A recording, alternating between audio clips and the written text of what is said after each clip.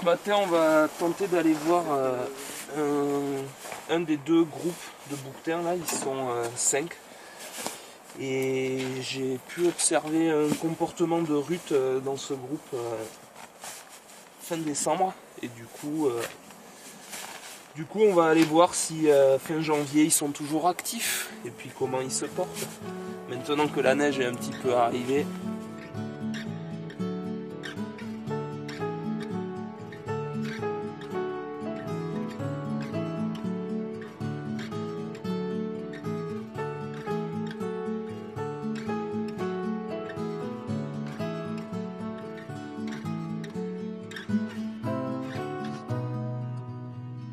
Alors aujourd'hui on est sur la commune d'Ustou, non loin du site là où les bouquetins ont été lâchés cet été.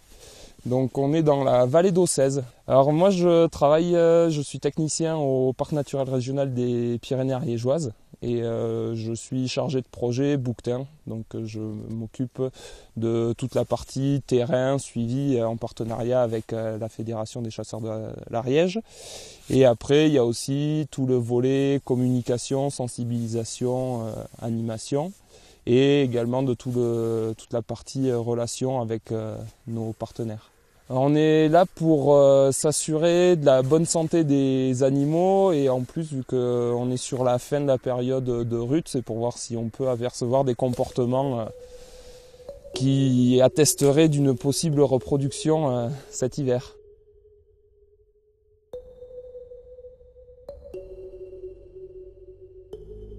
Je travaille pour la Fédération départementale des chasseurs de l'Ariège, qui est en charge du suivi du bouquetin ibérique suite à une réintroduction qui a eu lieu en juillet dernier. C'est un partenariat entre la Fédération de chasse, le parc naturel régional, la CCA d'Ustou et la mairie d'Ustou est également dans le projet. Il y a beaucoup de monde, c'est un partenariat qui marche en plus très bien, l'entente est plus que parfaite, donc que ça dure. Je me rends le plus souvent sur le terrain, donc parce que les bouquetins sont équipés de balises GPS et VHF, donc c'est comme une puce radio. On a besoin d'une antenne pour les repérer. Et donc je vais sur le terrain, je vais aux endroits, du moins j'essaye de me rendre aux endroits où ils sont présents, où ils sont localisés, pour pouvoir voir leur état de santé, vérifier s'il n'y a aucun problème, si tout va bien. La fédération de chasse, elle a justement ce rôle de suivi de l'espèce, suivi du bouquetin. C'est son rôle essentiel dans la mission. Il y a eu une étude sur les caractéristiques écologiques de l'espèce. Il fallait que le milieu dans lequel on les réintroduise lui corresponde. Donc pour le bouquetin, il faut l'élément principal qui est indispensable à sa présence, c'est le rocher. Il faut qu'il y ait des falaises, des éboulis, des endroits où il puisse se réfugier en cas de danger, puisqu'il a une technique de fuite qui est de s'enrocher pour être inaccessible aux prédateurs. En 2015, on attend de nouveau un minimum de 20 animaux qui seront également lâchés ce printemps au cirque de Cagateil et en 2016, 20 animaux supplémentaires. Pendant 3 ans, on aura un suivi quotidien des animaux par localisation GPS avec d'autres informations qui seront exploitées par l'INRA de Toulouse pour la valorisation scientifique. Après, nous, pour le suivi, c'est jumelles, longue vue, l'antenne pour les localiser. Et après, des bons yeux. Tous les animaux ont eu des prélèvements sanguins qui ont été analysés par un laboratoire vétérinaire à Madrid et également par le laboratoire vétérinaire départemental de l'Ariège. Le laboratoire départemental de l'Ariège va également nous aider sur le suivi sanitaire de la population à plus long terme. Il y aura des prélèvements qui seront faits sur certains individus de la population pour s'assurer qu'ils sont exempts de maladies. On a 2 noyaux qui sont situés à moins d'1 kilomètre à vol d'oiseau du site de lâcher. Et ça, c'est pas négligeable dans le sens où on peut avoir une facilité de reproduction beaucoup plus importante que si on avait des individus isolés. Il y a 21 individus qui sont présents. Donc pour l'instant, il y a un sexe ratio de 9 mâles pour 12 femelles. On espère bien sûr au printemps avoir quelques cabris, avoir quelques jeunes, vu qu'on a pour le moment 2 noyaux bien formés. Mais en termes de sexe ratio, on ne sait pas, ça va être la surprise du chef. On ne sait pas si on aura des mâles, des femelles et combien on en aura et si on en a.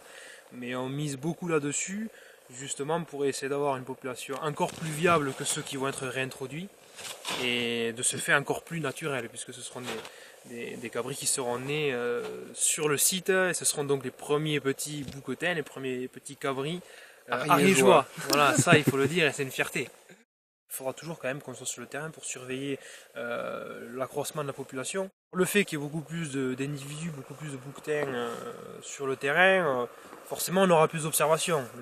Par exemple, je prends l'exemple des chasseurs, verront plus souvent les bouquetins, même un simple randonneur pourra observer plus facilement un bouquetin. On aura beaucoup plus d'observations qu'actuellement où on n'en a que 21. Mais le suivi ne s'arrêtera pas.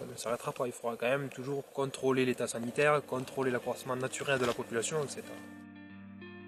Ça reste une espèce protégée pour la simple et bonne raison que pour l'instant il n'y a que 21 individus.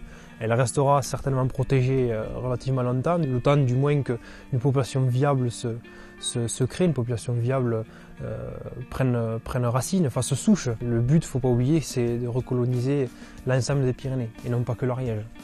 On met en place plusieurs outils de sensibilisation, donc certains à destination du grand public, comme une exposition permanente au château de Seix, des expositions temporaires qui prendront place dans les différents points d'accueil du parc naturel régional. Et on travaille aussi avec les écoles du parc, donc en mettant en place des animations et en leur proposant des sorties en montagne à la découverte du bouquetin ibérique.